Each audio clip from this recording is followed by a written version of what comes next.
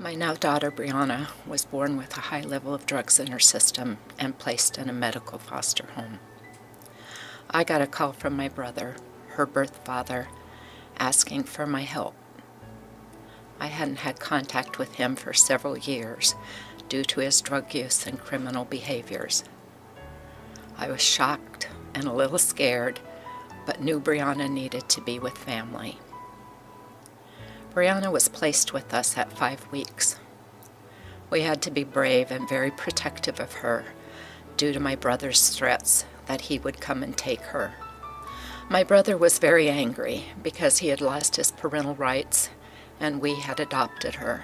He did have some phone calls with her over the years, promising gifts that she waited for but never arrived. When Brianna entered junior high, there was a tradition to decorate your locker. When she showed me her locker, I noticed pictures of her birth parents she had taken from her life story book. That was my first indication there were unresolved issues. A piece of her was missing, and she needed to meet her birth parents.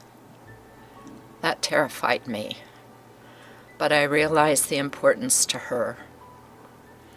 I turned to Oregon Post-Adoptive Resource Center for guidance, read books, and did research. I found out that my brother was incarcerated in Riverside County, and her mother was in Palm Springs. Coincidentally, we were planning a trip to Disneyland for our grandson's 10th birthday, which would put us in close proximity. I approached my daughter and my husband about setting up visits. My husband was adamantly against it. Brianna was excited.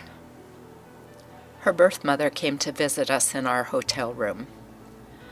My brother's allowed visitation time turned out to be New Year's Eve. Brianna and I made the drive alone, waiting in the car for an hour until we were cleared.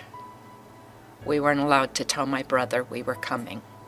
While these visits were difficult, they made such a difference. My daughter no longer had to fantasize about her birth parents. A piece of her had been restored.